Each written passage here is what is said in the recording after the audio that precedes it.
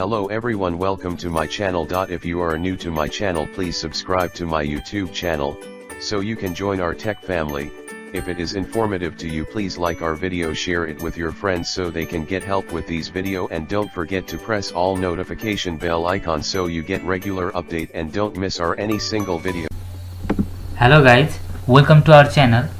आज हामी लोक सेवा आयोगले कम्प्युटर अपरेटर पदका लागि लिखित परीक्षामा सोधिने क्वेशन्स आन्सरहरु हामी डिस्कस गर्ने छौं र यो क्वेशन आन्सर चाहिँ नि तह चौथो र पाँचौं दुवैलाई हुने गरी तयार पारिएको छ। कम्प्युटर अपरेटरमा पूर्णांक चाहिँ नि 50 हुन्छ भने उत्तरांक 20 हुन्छ र जसमा चाहिँ नि हामीले 45 मिनेटमा 50 वटा क्वेशन्सको चाहिँ नि आन्सर दिइसक्नु पर्ने हुन्छ। र यो कम्प्युटर अपरेटरको चाहिँ नि कोर्स चाहिँ नि कसरी डिजाइन गरिएको छ भन्दा टपिक्सहरु रहेका छन् computer fundamental, operating system, word processing, electronic spreadsheet, database management system, presentation system, web page designing, legislation and IT in Nepal गरी 8 वटा टपिक्सहरु राखिएको छ र जसमा आज चाहिँ नि हामी कम्प्युटर फन्डामेन्टल्सलाई हेर्ने छौं। यो कम्प्युटर फन्डामेन्टल्सबाट चाहिँ 12 वटा क्वेशन्सहरु आउँछ र अब हामी आज यही कम्प्युटर फन्डामेन्टल्सबाट सुरु गर्ने छौं। ल यहाँ हेरौं। फर्स्टमा के भनेको छ भन्दा a computer programmer does all the thinking for a computer, can enter input data quickly, can operate all types of computer equipment, can draws only flow chart भनेको छ। कम्प्युटर प्रोग्रामर भनेको चाहिँ एउटा कोडर हो जसले कोडिङ गर्छ, सफ्टवेयरहरु develop गर्दछ, computer चाहिँ प्रोग्रामहरु गर्दछ, त्यसलाई चाहिँ हामीले प्रोग्रामर भनिन्छ। र त्यसले चाहिँ के गर्छ, कम्प्युटरले के सोच्छ त्यही नै सोच्नु पर्ने हुन्छ, त्यसैले does all the thinking for a computer भने। अब can enter input data quickly, data मात्र छिटो हाल्ने त्यो हुँदैन। यसमा चाहिँ operate all types of computer equipment भनेको छ। कम्प्युटर इक्विपमेन्टहरु सबै खालको अपरेट गर्न सक्छ हुन्छ, त्यो पनि हैन। अनि flow chart, can draws only flow chart भनेको छ। फ्लो चार्ट भनेको चाहिँ नि एउटा इन्स्ट्रक्सनहरुलाई डायग्रामेटिकली रिप्रेजेन्ट गर्नु हो र त्यो पनि हैन। यसले चाहिँ सबै कम्प्युटरलाई चाहिँ नि कम्प्युटरले कसरी सोच्छ त्यसरी नै सोच्नु पर्ने हुन्छ, त्यसैले यसको आन्सर चाहिँ does all the thinking for computer हुन्छ। सेकेन्डमा हेरौं। CD ROM is a semiconductor memory, memory register, magnetic memory, none of the above भनेको। सीडी रोम भनेको चाहिँ नि एउटा अप्टिकल मेमोरी हो, त्यसैले यहाँ अप्टिकल मेमोरी भनेर लेखेको छैन, त्यसैले यसको आन्सर चाहिँ नन अफ द एबभ हुन्छ। किनकि सेमीकन्डक्टरहरु मेमोरीको चाहिँ नि र्याम रोमहरु चाहिँ सेमीकन्डक्टर मेमोरीबाट बनेको हुन्छ। मेमोरी रजिस्टर भनेको चाहिँ नि एड्रेस होल्ड गरेर राखेको हुन्छ मेमोरी रजिस्टरले इन्स्ट्रक्सनहरुको। म्याग्नेटिक मेमोरी भनेको चाहिँ नि म्याग्नेटिक मिडियाबाट बनेको मेमोरीहरुलाई म्याग्नेटिक मेमोरी भन्दछ। त्यसैले यसको सीडी रोम चाहिँ नि अप्टिकल मेमोरी भएको भए त्यही आन्सर हुन्थ्यो, तर यहाँ छैन, त्यसैले यसको आन्सर चाहिँ नि D none of the above हुन्छ। अब थर्डमा हेरौं। Which of the following is a primary storage device भनेको छ। प्राइमरी स्टोरेज कुन हो त? Magnetic tape, magnetic disk, optical disk and none of the above भनेको।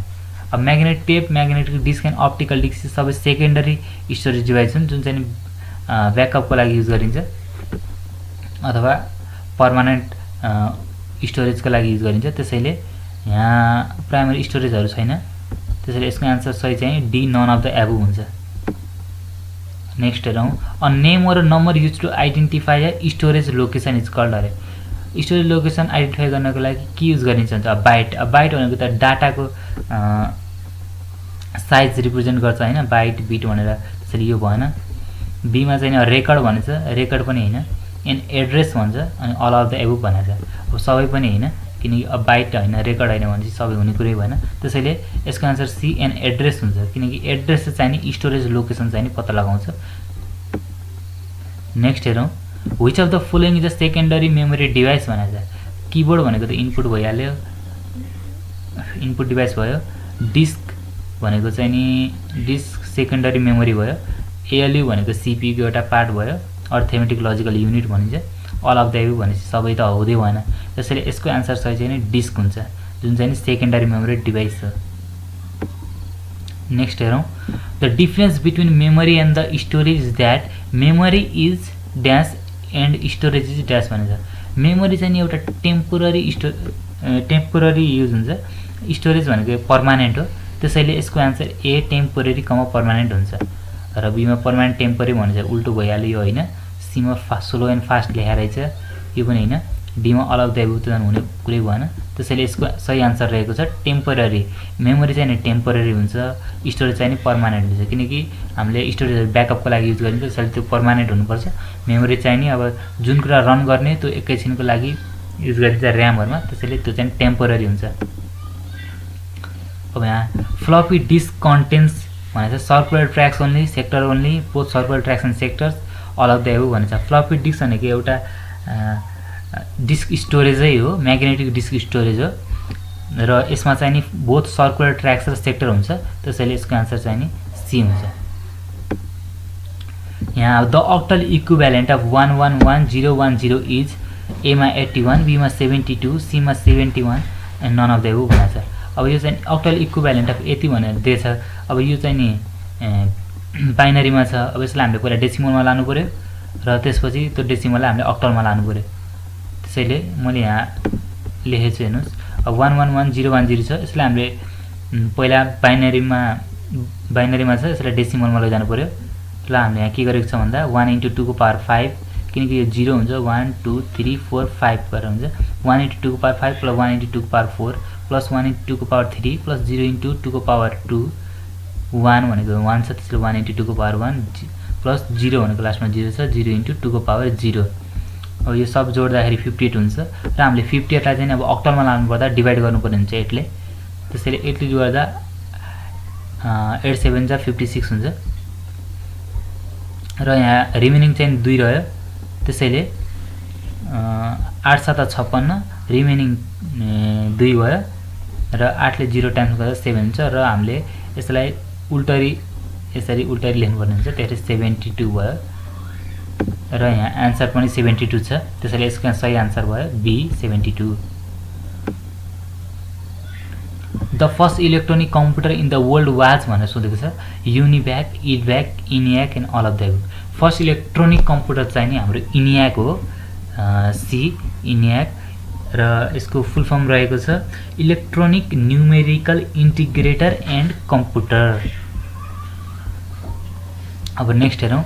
The most commonly used standard data code to represent alphabetical, numerical and punctuation characters used in the electronic data processing system is called A ASCII, B EBCDIC, C BCD, D all of the above भनेको छ। हामीले यो ASCII character भन्ने जुन छ यसमा चाहिँ हामीले alphabetical, numerical and punctuation character सबै युज गरेको हुन्छ, जुन चाहिँ 7 बिट क्यारेक्टरको हुन्छ, त्यसैले यसको सही आन्सर ASCII रहेको छ। यो EBCDIC भनेको चाहिँ extended binary coded decimal interchange code, यसको फुल फर्म यसको चाहिँ बाइनरी कोडेड डेसिमल रहेको छ, त्यसैले यसको सही आन्सर हाम्रो ASCII कोड हुन्छ, ASCII ASCII कोड। नेक्स्ट हेरौँ। Which was the computer concept by Babbage भनेर। Analytical engine, arithmetic machine, Donald Knuth, all of the above भनेको छ। अब यहाँ हेरौँ। एनालाइटिकल इन्जिन, यसको सही आन्सर चाहिँ एनालाइटिकल इन्जिन हो, किनकि यो चाहिँ यो एनालाइटिकल इन्जिन भनेको चाहिँ नि एउटा computer automatic mechanical digital computer हो। अर्थमेटिक मेसिन भनेको ब्याबेजले चाहिँ आफूले ब्याबेज क्याल्कुलेटर भनेर यसलाई डिफाइन गरेको छ। अर्थमेटिक मेसिन भनेको, त्यो भएर यो पनि भएन। डोनाल्ड नोथ भनेको चाहिँ यो चाहिँ father of the analysis of algorithm हो, त्यसैले यो पनि भएन। यसको सही आन्सर चाहिँ एनालाइटिकल इन्जिन हो, जुन चाहिँ एउटा अटोमेटिकल मेकानिकल डिजिटल कम्प्युटर हो, जुन चाहिँ ब्याबेजले कन्सेप्ट गरेका थिए। अब नेक्स्ट हेरौँ। Offline device is a device which is not connected to CPU, a device which is connected to CPU, a direct access storage device and isolator device भने। Isolator device भनेको input output device भनेको छ। Offline device कुनै input output device पनि होइन, a direct access storage device पनि होइन, a device which is connected to CPU, यो त अनलाइन डिभाइस भयो त। एमा छ a device which is not connected to CPU भनेको छ। जुन चाहिँ नि सिपियुसँग कनेक्टेड छैन, जुन चाहिँ नि कुनैसँग कम्युनिकेसन गर्न पाएको छैन, त्यसलाई नै हामीले अफलाइन डिभाइस भन्छ। त्यसैले यसको सही उत्तर रहेको छ A a device which is not connected to CPU. अब यहाँ नेक्स्ट हेरौँ, which of the following register is loaded with the contents of the memory location pointed by the PC भनेको छ। पिसी location pointed by the PC भनेको programme counter, एमा छ memory address register, बीमा छ मेमोरी डाटा रजिस्टर, सीमा छ instruction register, डीमा छ प्रोग्राम काउन्टर। र मेमोरी एड्रेस रजिस्टरले चाहिँ नि एड्रेसको लोकेसन चाहिँ नि मेमोरीमा होल्ड गरेर राखेको हुन्छ। मेमोरी डाटा रजिस्टर चाहिँ नि अब कुन डाटा चाहिँ नि ट्रान्सफर गर्ने कता गर्ने त्यो कुरा चाहिँ मेमोरी डाटा रजिस्टरमा राखेको हुन्छ। इन्स्ट्रक्सन रजिस्टर भनेको चाहिँ नि अब कुन इन्स्ट्रक्सन चाहिँ नि एक्जिक्युटेड भइरहेछ त्यो चाहिँ नि इन्स्ट्रक्सन रजिस्टरमा आएर बसेको हुन्छ। र प्रोग्राम काउन्टर भनेको चाहिँ नि अब कुन नेक्स्ट रजिस्टर चाहिँ नि नेक्स्ट इन्स्ट्रक्सन चाहिँ नि कुन एक्जिक्युट गर्ने त्यो चाहिँ हाम्रो प्रोग्राम काउन्टरमा आएर बसेको हुन्छ। त्यसैले अब यहाँ contents of the memory location भनेको छ, त्यो अनुसार त मेमोरी एड्रेस रजिस्टर हुनुपर्ने, तर यहाँ पोइन्टेड बाई दी पिसी भनेको छ प्रोग्राम काउन्टर। त्यसैले प्रोग्राम काउन्टर र इन्स्ट्रक्सन रजिस्टर चाहिँ नि इन्स्ट्रक्सन रजिस्टरलाई प्रोग्राम काउन्टरले पोइन्टेड गरेको हुन्छ। त्यसैले यसको सही आन्सर रहेको छ इन्स्ट्रक्सन रजिस्टर, आन्सर सी। अब नेक्स्ट हेरौँ, which of the following register is use to keep track of address of the memory location where the next instruction is located अरे। अब नेक्स्ट इन्स्ट्रक्सन केमा होल्ड गरेको हुन्छ भनेर मैले भनेको थिएँ भन्दा प्रोग्राम काउन्टरमा। त्यसमा चाहिँ नि memory address register, memory data register, instruction रजिस्टरको कामहरू मैले भनिसकेको छु। त्यसैले यसको सही आन्सर रहेको छ डी प्रोग्राम काउन्टर, जसमा चाहिँ नेक्स्ट इन्स्ट्रक्सन कुन अब एक्जिक्युट गर्ने त्यो चाहिँ यहाँ राखिएको हुन्छ प्रोग्राम काउन्टरमा। नेक्स्ट हेरौँ, microprocessors can be use to make computer digital system calculators all of the above भन्ने। माइक्रो प्रोसेसर भनेको त अब मेन कम्प्युटरको ब्रेन चिपै भइहाल्यो होइन। त्यसैले माइक्रो प्रोसेसर चिपहरू चाहिँ कम्प्युटर डिजिटल सिस्टम क्यालकुलेटर सबै बनाउनको लागि युज हुन्छ। त्यसैले यसको सही आन्सर रहेको छ all of the above. Next हेरौँ, how many address lines are needed to address each memory location in a 2048 into 4 memory chip भनेको छ। अब 48 भनेको 2 को पावर 11 हो। त्यसैले 2 को पावर 11 भइसकेपछि त्यो 11 चाहिँ नि के हो भन्दा एड्रेस लाइन छ। त्यसैले यसको सही आन्सर रहेको छ answer B 11। Which American computer company is called big blue भनेको छ। बिग ब्लू भनेर चाहिँ हामीले आइबिएमलाई भनिन्छ। त्यसैले यसको सही आन्सर रहेको छ सी आइबिएम। नेक्स्ट हेरौँ, when was the x windows system burn भने चाहिँ एक्स विन्डोज सिस्टम भनेको चाहिँ एउटा युनिक्स अपरेटिङ सिस्टममा बेस रहेको सिस्टम हो, जुन चाहिँ नि 1984 मा बर्न भएको छ। त्यसैले यसको सही आन्सर रहेको छ ए 1984। नेक्स्ट हेरौँ, the subject of the cybernetics deals with the science of genetics control and communication molecular biology biochemistry. अब साइबरनेटिक्स भन्ने बित्तिकै मोनिटरिङ एन्ड कन्ट्रोल भन्ने बुझ्नु छैन। त्यसैले यसको सही आन्सर रहेको छ control and communication. Which of the following requires large computer memory भनेको छ imaging graphics voice all of the above. अब यो कम्प्युटर चाहिँ नि इमेजिङ गर्नको लागि नि ग्राफिक्स भोइस सबैको लागि हामीलाई कम्प्युटर मेमोरी चाहिन्छ। त्यसैले यसको सही आन्सर रहेको छ D all of the above. Next हेरौँ, a term associated with the comparison of processing speeds of different computer system is भनेको छ एमा छ इएफटिएस, बीमा छ एमपिजी, सीमा छ एमआइपिएस, डीमा छ सिपिएस। इएफटिएस भनेर चाहिँ नि इलेक्ट्रोनिक्स फन्ड ट्रान्सफर सिस्टम हो। त्यसैले यो पनि भएन। एमपिजी भने एउटा भिडियो फर्मेट हो जुन चाहिँ मुभिङ पिक्चर एक्सपर्ट ग्रुप भनेर भनिन्छ, यो पनि भएन। सीमा छ एमआइपिएस भने मिलियन इन्स्ट्रक्सन पर सेकेन्ड हो। डी भने सिपिएस भनेको साइबर फिजिकल सिस्टम हो। त्यसैले हामीले यो स्पिड चाहिँ नि हामीले मिलियन इन्स्ट्रक्सन पर सेकेन्ड यानि कि एमआइपिएसमा क्यालकुलेट गरिन्छ। त्यसैले यसको सही आन्सर रहेको छ सी एमआइपिएस। नेक्स्ट हेरौँ, the process of starting or restarting a computer system by loading instructions from a secondary storage devices into the computer memory is called duping, putting, padding, all of the above भनेको छ।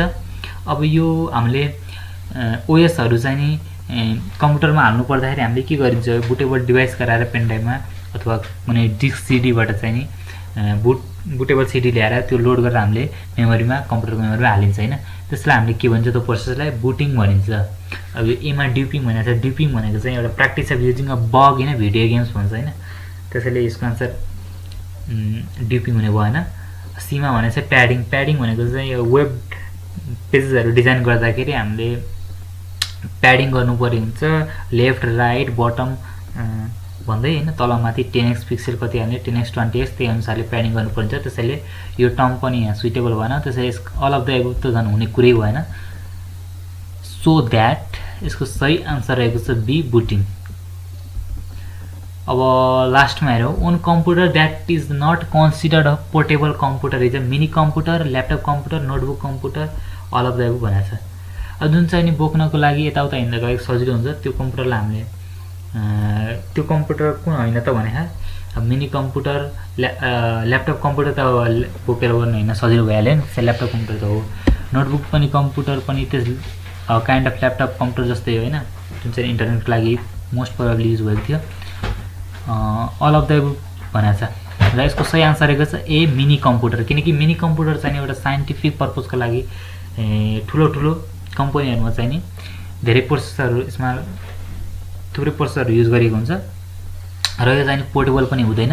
त्यसैले यसको सही answer रहेको छ ए, mini computer. र यसै गरी आज यो सेसन हामी यहाँ सकाउनेछौँ र तपाईँलाई कस्तो लाग्छ यो फिडब्याकहरू चाहिँ कमेन्टमा दिनुहोस्, राम्रो लागेको पनि नराम्रो लागेको पनि, अथवा के सुझावहरू छ भने। र We hope you enjoyed the video and found value in the content. We value your feedback. If you have any questions or suggestions, feel free to post them in the comments section or contact us directly by our social platforms. Thanks for watching.